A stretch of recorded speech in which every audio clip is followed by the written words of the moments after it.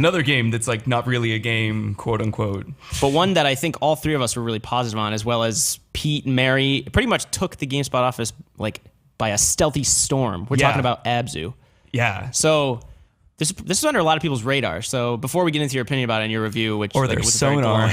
Nice. I was trying to set up a Scott joke at some point. It wouldn't be There's a clap for you. Yeah. Help myself. I'm a terrible human. You should all hate me. No, anyway. it's all right. It wasn't like I've seen like in the comments like Echo the Dolphin jokes. Yeah. So that's more appropriate. Even though it's not a dolphin, it's not anything like Echo the Dolphin. It's just underwater. But anyway, so tell us like what Abzu is in a nutshell, if you can. Sure. So it's an underwater exploration game. It's very much like Journey. So there's no dialogue. The characters don't really have names. There's no even real context. It's just you sort of wake up in the middle of the ocean and you begin your forward journey. It's a very linear experience, but you're also can kind of explore at your own pace for the majority of the game. So you can really enjoy the sea life. That's all very believable. Like all of the ecosystems you interact with are like happening around you and just kind of subsist without you even influencing them. It's just you can watch and enjoy all the stuff happening around you. It's a very, like, I think the way I put it in my reviews, it's a very profoundly peaceful experience. But there is more of a story. The more you play, you start to uncover different aspects of the world, and you realize that there is kind of that everything you uncover is alluding to this sort of narrative. And the more you play, the more you understand. So it actually becomes a really moving and like just kind of timeless experience, and it goes in some really surprising directions. It evolves in ways that I really didn't see coming, and that's really all I want to say about it. It's one of those really difficult to discuss games because it is relatively short. It only took me about 4 hours, and I was really taking my time. So the more you talk about it, the more you risk kind of spoiling the enjoyment. But suffice to say, it is more than an ocean life simulator, even if it really is a really great ocean life simulator for a lot of the experience. Yeah, it's weird because even though there are kind of spoilers, even like talking to other people in the office, it's kind of hard to describe like what the spoilers are. It's a very kind of like it's like you compared it to Journey a lot. Could you talk about that, like the comparisons with that? Or yeah, totally. People who have been reading previews of the games probably know that this game was actually made by Journey's art director. It's a new studio, Giant Squid, but it's several team members who worked on either Journey or Flower, a few different games of that kind of ilk. Some composer as well, Austin Wintory. Yeah, and the music is really fantastic. We can get into that because that was a big part of your review as well. Yeah, for sure. But yeah, so I mean, like I said, it doesn't have Journey's multiplayer, which is a bit of a shame. I mean, I think part of what made Journey such a powerful experience for most players was that moment of walking up to another character in the world and realizing that it's another human, and you can't actually speak to each other, but you can still kind of communicate. Like that was such an original and interesting idea, and so powerful in the context of that world where you did feel kind of isolated and lonely. So this game does not have multiplayer, but it kind of fills that void in a different way. And like I was describing earlier, it shares a lot of just structural similarities to Journey in that it is linear, it is brief, it is wordless, it is primarily about exploration. It's relatively light on mechanics. So there's no combat. You can't even actually die in the game. I mean, I actually tried. I messed around to see if like I could find a way to fail, and you really can't.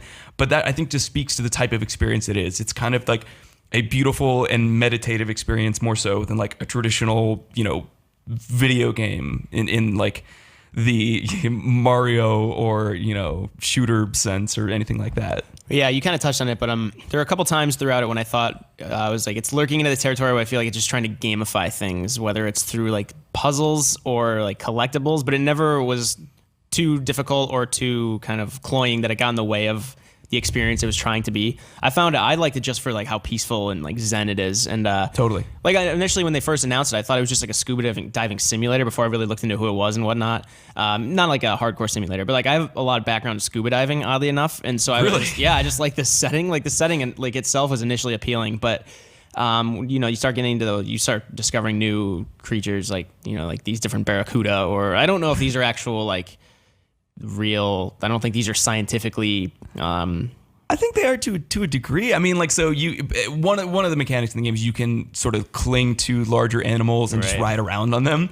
And when you do, like, their name will appear in the bottom right corner, and it's it's not like their Latin scientific genus, anglerfish or sperm but whales. Yeah, it'll tell you what the animal is, and it seems like they went to some effort to ensure that the animals looked and behaved in ways that correlated with the real animal. So yeah, I mean, I don't know that this is going to be like an educational tool. It's not quite at that level, but certainly it seems like they paid attention to the species they were including, what they look like, and how they act and how they interact. So to some extent, I think it is like somewhat scientifically accurate. I don't know that that was like maybe not point, insofar as you'll find like this kind of orca whale alongside an anglerfish at this depth or anything, but they are like the artwork itself is very despite the fact like I think you called it Wind Waker-esque, it's also very they are like they're detailed creatures despite the fact that it's kind of a minimalistic look, but also like it is tough to talk about because you can't get into like who you are or like what is going on at all, whether there is something going on. Which is frustrating, but right. But it's also like, I guess like the number one thing for me I was worried about is ever since like games became 3D, swimming has been one of gaming's big problems. So before like I heard you and Pete come in after you had reviewed it and Pete had played it as well, I was worried. I was saying, I don't want to devote 2 hours or however long it is to like struggling with swimming controls. But turns out that's not a problem here. No, not at all. The swimming feels fantastic, like better than probably any 3D game that I can remember. And I think a lot of that can be attributed to the control scheme, which actually is very close to like a racing game's control scheme. When you think about it, it's sort of odd, but it works. It makes perfect sense. So you're using R2, like the right trigger to swim forward. So no matter which direction the camera's facing, if you hold R2, your character just swims forward, which is great because that lets you kind of look around and enjoy the environment. And then you use the left stick to sort of change direction, and the animation is so fluid.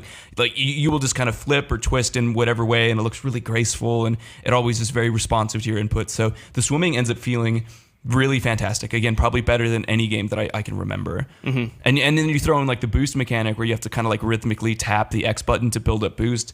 And like just that can be really exhilarating. You can kind of maneuver through objects in the environment or like breach out of the water and do flips, and you can get fish to follow you. And again, this sounds like kind of silly, but it's actually like really enjoyable. And it fits with sort of the peaceful nature of the game, but it gives it a little more energy and is a little more kind of fun and active, and it gives the game some gameplay to fall back on. Yeah. Can you talk about you did mention in your review the score by Austin Winter. I think you said it like it adapts to the actual what's happening. And so what's really cool is, I mean, again, it's a linear game. So as you move forward, you can kind of, or at least when I started paying attention to it, I realized that it's not like, oh, I'm in area A, therefore song A plays. And then I went to area B, so song B started. It's more like as you move, the music will adapt to like sort of where you are and what you're doing. Mm-hmm. And it seems to do that on the fly. Like it's so subtle, you don't even really notice. It's just there adding this kind of like emotional texture or undercurrent underneath the experience. And it doesn't ever really call attention to itself. It just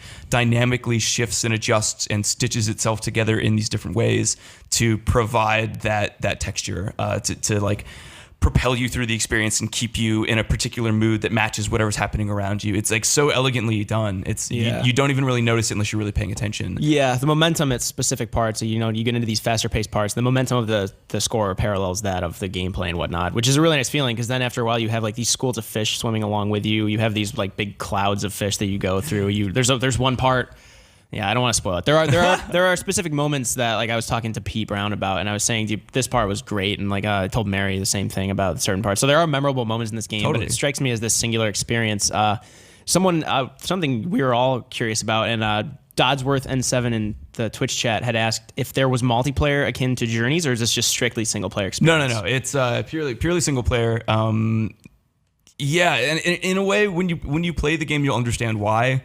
Again, that's one of the frustrations about the game, that like you don't want to divulge too much about it, but it is the kind of game that's best enjoyed on your own. Just like put on headphones, sit by yourself, just like chill out and play this game, and just let it kind of wash over you, man. Mm-hmm. I don't want to get too like hippie zen about it because that's not really who I am, but I still found this game like really cathartic and just calming and beautiful and just like exactly what I think a lot of people might need. It's like an amazing palate cleanser between games like, I don't know, Overwatch or something really competitive, really high stakes. Like it's something really great to like just go do this instead. Yeah, and it's weird because I think in my current like habit of playing games right now, even if I'm reviewing stuff, I'll play something for about 2 hours and get up for like 10 minutes if I need to, or like just maybe like if it's the weekend, I'll play for 2 hours, go out and do something, come back and finish something off later. This is like the perfect length for me to just sit down in one sitting literally without getting up. And like Jake and I both played it last night, and then we talked about it afterward. But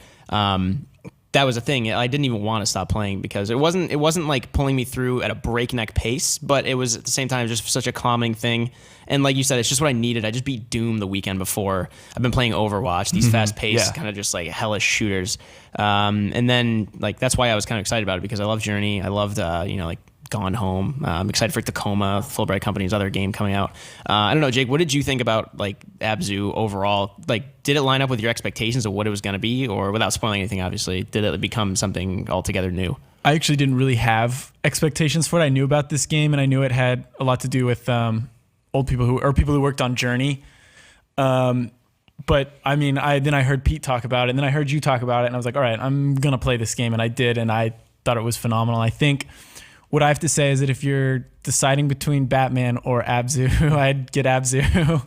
Yeah, it's nice that they're both kind of like bite size, but Abzu I think did encompass like a little broader thing, without sounding too pompous and artistic about it. There are like deeper things you can glean from it, whether you want to or not. If you don't want to, it's just a very fluid, fun thing to do. Like I know I kind of waded into the comments on accident, and I was just I did so many curmudgeons. It's one of those things where people are saying it's not a game. Yeah, it's so joyless. That's cynical. not an argument. I don't want to bring up the whether these are games argument right now. That's a whole other those thing. people just bum me out so much. Just like, if you're not into it, that's fine. You don't need to be. It's like there's a whole world. Like we have Dark Souls, we have Overwatch, we have Fury, we have Headlander, we have all these games that either are explicitly trying to be old games or like the modern equivalent of those games and are challenging and skillful. And like all that stuff is amazing.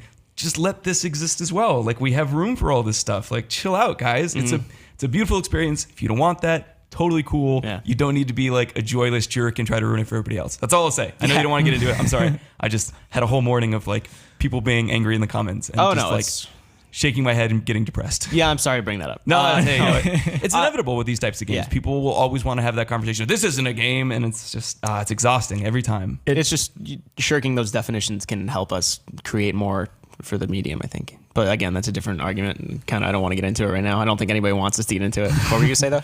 Maybe I shouldn't say what I was gonna say. Go for it. I don't care. Go for it. Oh, I mean, it plays so well. Like it plays so well. Like It's I a feel fun like game. That the argument should be over after that, because like the swimming, and like what Mike was saying, like my least favorite thing in games is swimming usually. Like the minute I dive underwater, I'm like, great, here we go.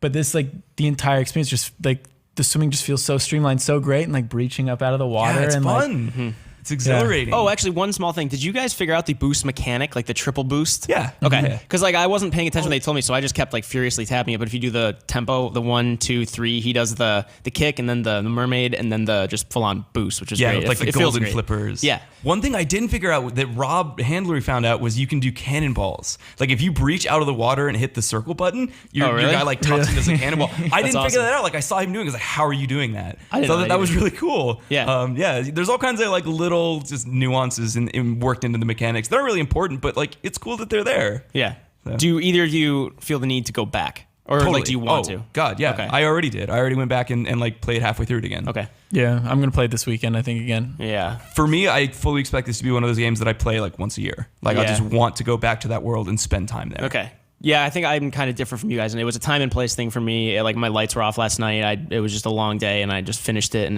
that's all I need. It's not that I don't like it at all. I really like it. I completely agree. You gave it a 9 out of 10.